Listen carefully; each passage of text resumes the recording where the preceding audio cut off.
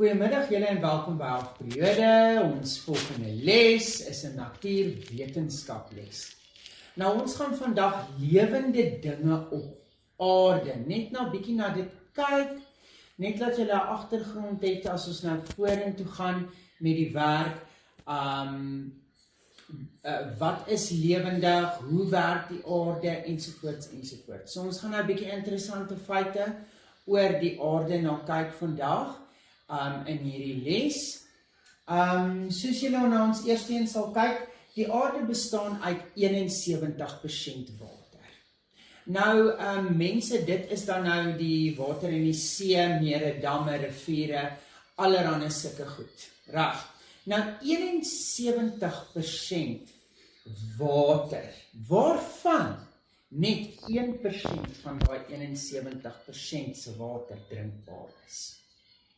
Onthou, die oseane se water is nie drinkbaar nie, die res is almal ys, so ons drinkbare water is ongelooflik min, en dis hoekom ons water moet spaar. Kom ons kyk na ons volgende been daar in ons breinkaart. Die aarde bestaan uit 29% land. 29% van die aarde se oppervlakte is land, waar diere, mense woon. Goed, ons volgende been, wat eintlik heel logies is, alle lewende dinge het water en kos nodig om te oorleef. Dit is baie belangrik, water en kos. Hoe kan ek sê, gemiddelde man wat goed gevoed is, kan ten minste 3 dae sonder water gaan, en dan sal hy heel waarskynlik sterf.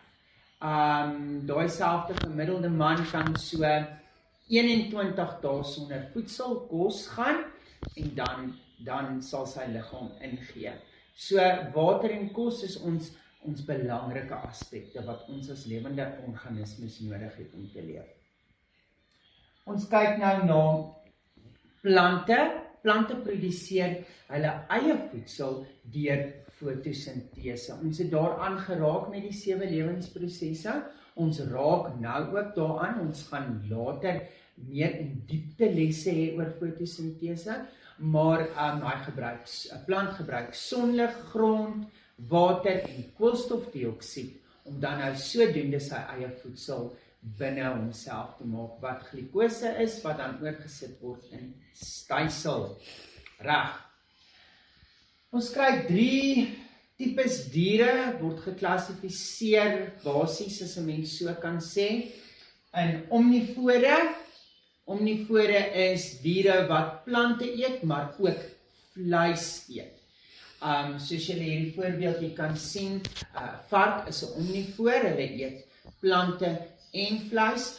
Ape is omnivore, gorillas, hulle eet vleis, hulle eet plante en vrugte. Selfde met beere, hulle eet vleis, hulle eet vrugte, hulle eet plante. Bessies. Kom ons kyk na ons volgende ene wat ons herbivore is. Herbivore is diere wat net plante eet. Dit sal dan nou ons bokspesies wees, en hulle word geklassifiseer in verskillende bokspesies, springbokke, blesbokke, kudus, elande, al daai tipe van goeters, koalabere wat net plante eet, so ons kry baie herbivore. Reg. Ons laaste een waarna ons kyk in hierdie les is karnivore. Nou karnivore is net vleisetende diere. Goed, so dit is ons roofvoëls.